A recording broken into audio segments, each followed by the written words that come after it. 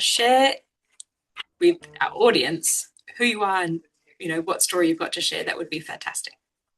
Okay, so my name is Anna. I have a very long last name, Skorobogatova. It kind of tells you a bit where I'm from originally or ethnically.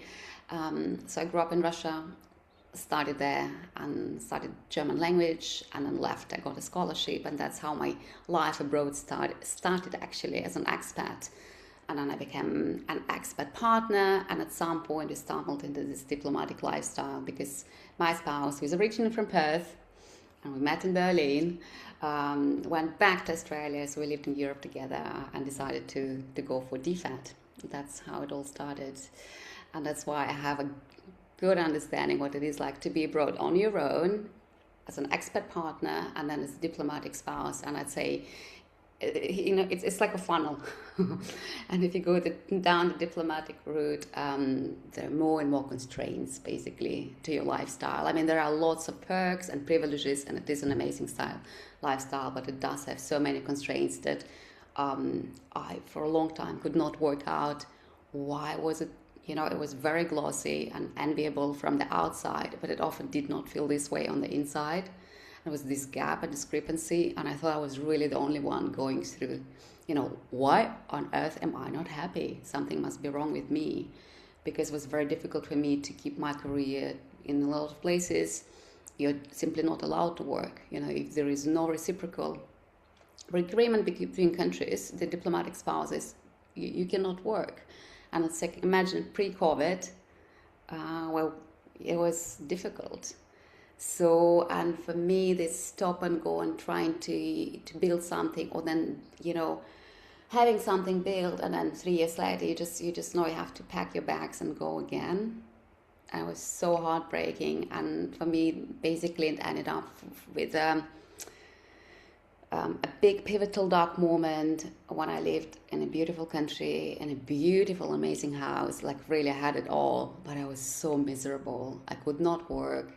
Um, he was really busy flying all stuck Australians out of South Africa, and I just got my second university degree. And I could not do anything with it. I was really, really just a mom and just a spouse, homeschooling my kids, and it made me physically sick.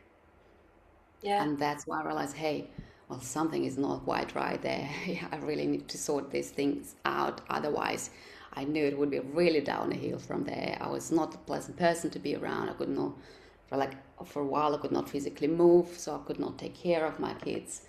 And that's how it all started. But the strangest part was for me when I was going through all this turmoil, meeting other spouses for coffees and lunches when I was allowed to. I felt like I could not share. They were so polished. They Well, were I thought so you were going to say composed. that you've quickly found that others were feeling the same way, but it was a journey to get to that point. No, exactly, because Oh, everyone was keeping a facade and everyone was very composed. And only later, actually, when I reconnected with some spouses, so I really, for me, my internal understanding was it's me. I am the problem. Something is wrong with me. I mean, obviously, the rest is fine. I don't know. Something is wrong with me. I'm the problem. And then when I reconnected with spouses who were at this post, when I went back to Canberra, guess what, Amber? It turned out I was not the only one at all. We just were not brave enough to exactly. share. People were really coping with alcohol. Two marriages collapsed, and one spouse tried to commit suicide. Oh, And that was the status and kind of the. There was such an ugly truth for me when I found this out. I knew, like, silence kills. We need to talk about it. And when I start sharing, say, hey, I was really not okay.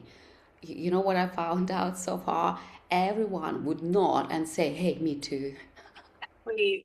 I bet it took so much courage to be that person to start that conversation and for people to. You've held yourself out to be the one that said, I'm struggling. Does anyone else feel the same way?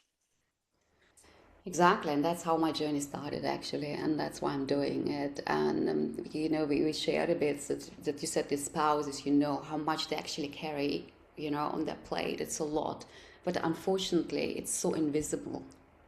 no one sees it. Like it's Yeah. lucky the family knows, maybe the friends and the close family, but to the outside world, well, if you don't know what my life is like, you'd think, well, hey, who's she to complain, right? So privileged, just be grateful, and it's kind of often becomes this gratitude cage. So now I help diplomatic and expat spouses to go from invisible and lost to, well, basically purposeful and powerful. Yeah, so that's how I sort of connected with you in the first instance. So through your work, with not just a spouse, that's Yes, how you make correct. these connections, right? And support people Yeah, through that. So yeah, special and obviously resonated with me straight away because of the stories that I'm trying to tell with the interview series of Thriving Abroad. It's about thriving abroad together and ultimately trying to find connection through shared experiences, and that shared experience that you have offered up is, I'm hoping, meant that you've built relationships with other people that have gone through a similar feeling. yes, absolutely. So I run master classes. So basically now give spaces for people to come and just, I would share something and then people can share their stories. And I've done it in different formats, but the last one was, let's say, last week. And just the messages I'm getting, like, wow, this is exactly what I'm feeling. I'm in awe. Like, I'm not alone. There's nothing wrong with me. I'm not broken. I'm not the problem here because we question so much, right? We think it's maybe me failing at this lifestyle for whatever reasons. And I know exactly what are the main struggles because they were my struggles, but also, again, it's really, it's me too. It's always me too. You know, how it erodes your confidence. And imagine, Amber, if you cannot use your skills for many years just because you're constantly on the move, settling your family in, and just because often, you cannot work or it's difficult to find a job. The financial dependence, how it It has an impacts emotional your impact. Yeah. relationship Yeah. on you, but also on your relationship. I mean, you don't feel like equal. Well, you are, like it's 50% you, you're facilitating so much, but because it's kind of not your, I don't know, it's not like you went and earned this Oh, money. I know, I understand exactly what you're saying because ultimately, as a couple, you're a team and you're both Yeah. contributing perhaps in different ways.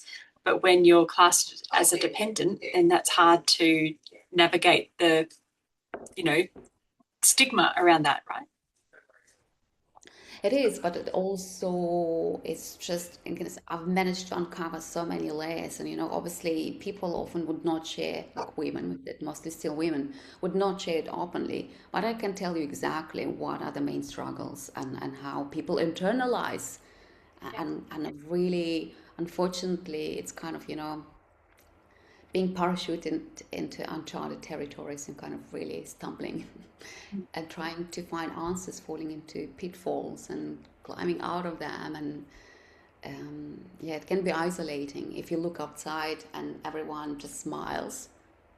You think, well, maybe it's just me. Yes, we definitely. But that was so amazing.